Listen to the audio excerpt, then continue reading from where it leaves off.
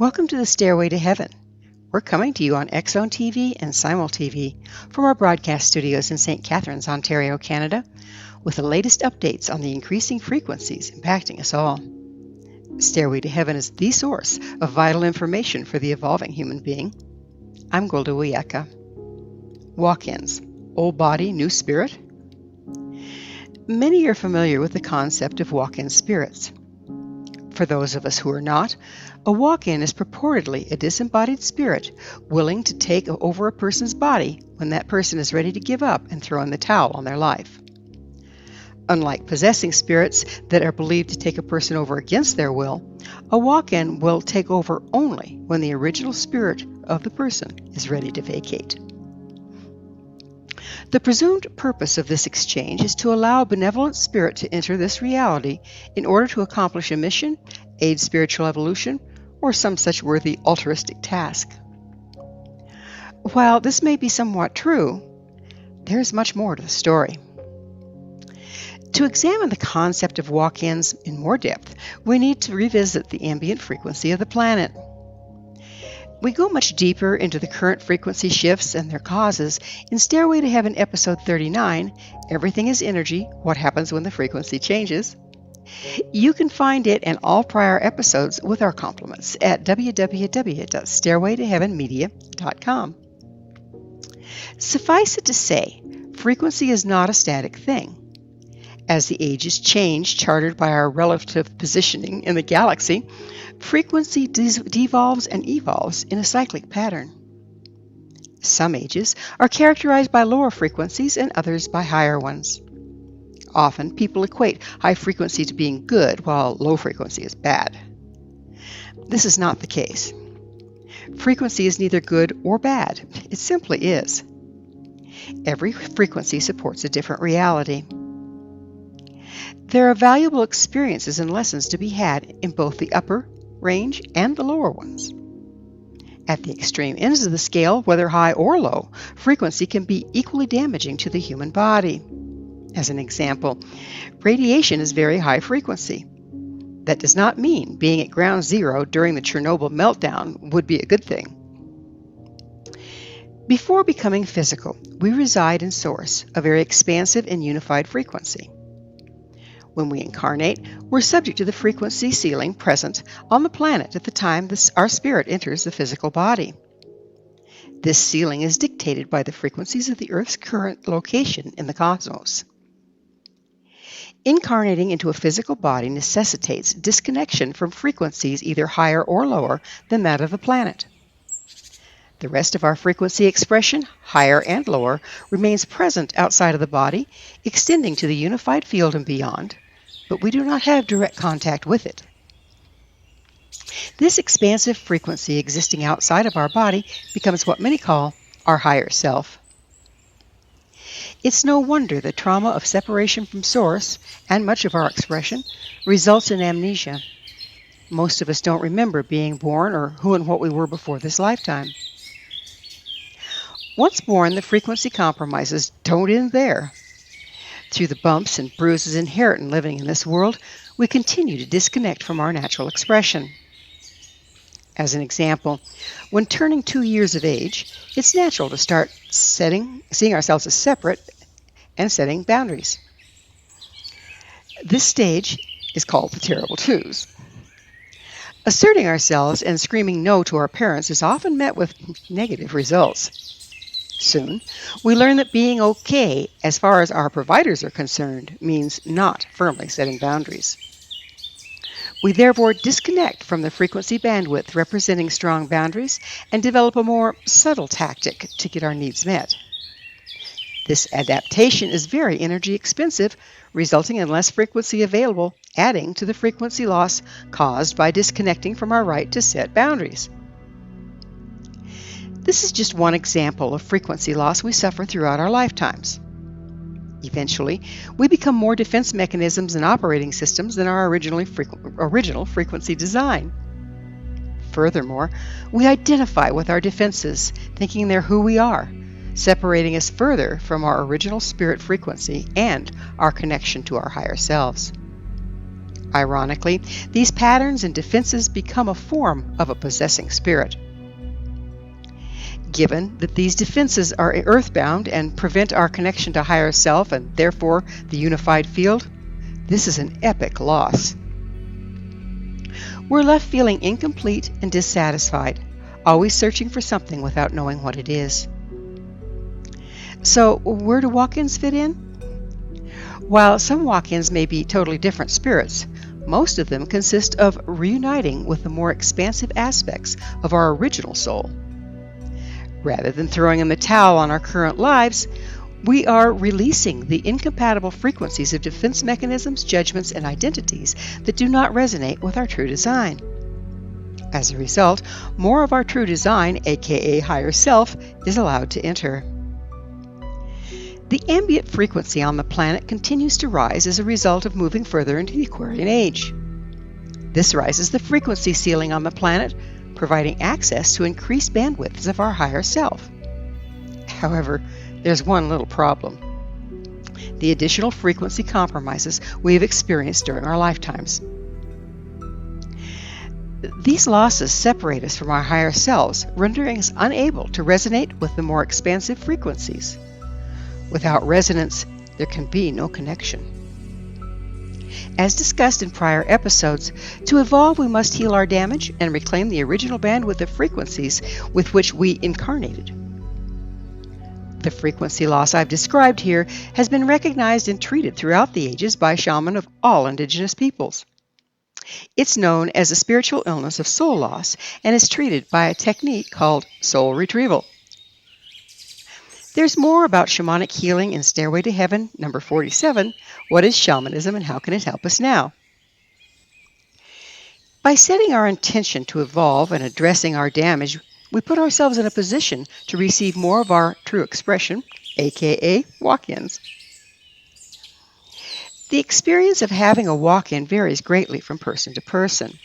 It also differs from time to time, as the evolving person often undergoes a series of walk-ins rather than just a single incident. Sometimes we may experience a dark night of the soul, whereby we have been beaten up so badly by our own patterns and the resulting circumstances and relationships that we just give up. While not pleasant to go through, this is truly an alchemical moment. We may feel we're giving up on life, but we are in fact letting go of who we are not. By letting go of old patterns, operating systems, and false identities, we release the distorted frequencies they carry, resulting in a rise of our personal frequency. This release and subsequent rise of frequency facilitates more of who we are to move in and start participating in our lives. What can also instigate walk-ins is a radical shift in perspective or point of view. Sometimes, a shattering life event or crisis of faith can knock us out of our old patterns and beliefs, breaking us apart, letting the light in, so to speak. Intensive healing, such as a series of soul retrievals, can facilitate a shedding of old patterns and taking on more of our original frequency. This enables us to take advantage of even more of our expression now available due to the rise of ambient frequency. The impact of walk-ins can vary drastically. Sometimes the change can be gradual. We may slowly find we simply have no interest in things, people, or situations of narrow frequency. We may start to access more expansive level beliefs, responses, and viewpoints. It's rather like gradually waking up into a new way of being. Other times, the change can be instantaneous and earth-shattering. We may go to bed the night before feeling all is lost, that our lives are over, only to wake up wondering whose life we find ourselves in. Things seem familiar, but not. What last night seemed to be the end of the world is no longer even a small concern. There can be a feeling of detachment from things we used to deem important or of great value. One may look around at the things in their own bedroom and wonder whose they are or why they chose them. It may even feel as though realities shift and strobe in and out. Our thoughts may seem to jump from one timeline to another. We may forget things yet remember others that were not part of our current lives. Being physical may seem unfamiliar and awkward. we may wonder who the heck we are. Because our higher self has heretofore existed in a nonlinear, more expansive reality, the change can be so extreme as to feel we're living in more than one reality at once. Functioning may become difficult, if not impossible, for a while. This drastic change is rather like removing Windows 10 before installing Windows 11. We're in the space between shutting down one operating system and engaging another. Until we get our bearings, we may have no effective way to interface with this reality. If you're going through this, hang in there. Soon the new portion of yourself will merge seamlessly with the rest. However, there will be changes. When we merge with a greater percent of our higher self, it increases access to the portion of ourselves not yet incarnate, but connected with the unified field. Our intuition will increase. Access to higher knowledge may come into play. Our creativity will expand. We'll appear and feel more intelligent. Our relationships to people and things will shift drastically. Due to the expansive nonlinear nature of our higher self, we may have precognitions as we perceive things taking form at the quantum level. People we know will start to comment on how much we've changed. Sometimes the changes are so drastic we shed most of our associates and even relationships while drawing in new ones more compatible with the frequency at which we are now operating.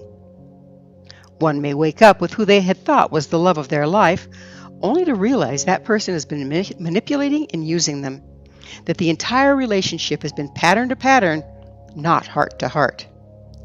The energy to remain in the relationship is simply gone, as there never was a real relationship to begin with.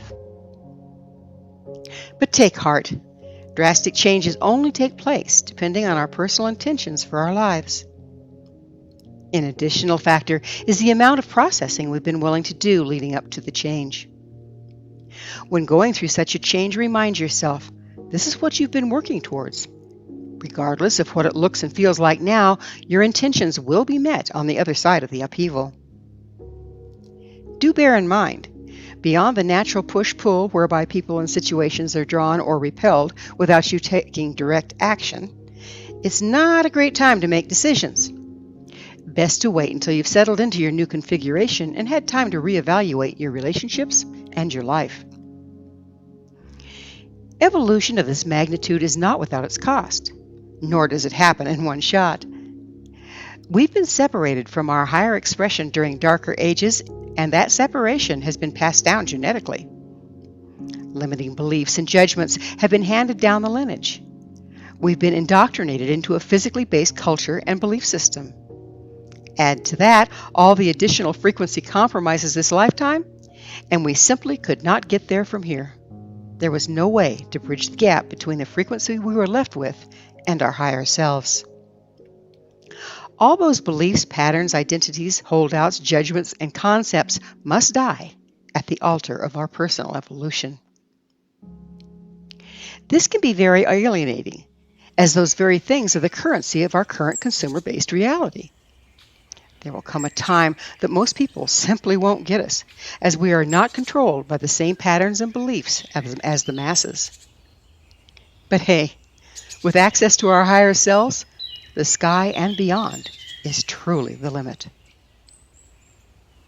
Thank you for joining me, Gulda Wiyaka, on the Stairway to Heaven, where we provide updates on the energetic currents facilitating our evolution into conscious, powerful co-creators. As I'm sure you've noticed, not only do the Stairway to Heaven episodes stand alone, but they weave together to form a map to evolution and personal empowerment as we enter the new era. To revisit this or any of our past episodes, visit our archives at www.stairwaytoheavenmedia.com. If you'd like to find out more about me, my school, and the evolutionary tools we offer, visit www.findyourpathhome.com. Until next time, may you be blessed on your sacred path to wholeness. We are here. The time is now.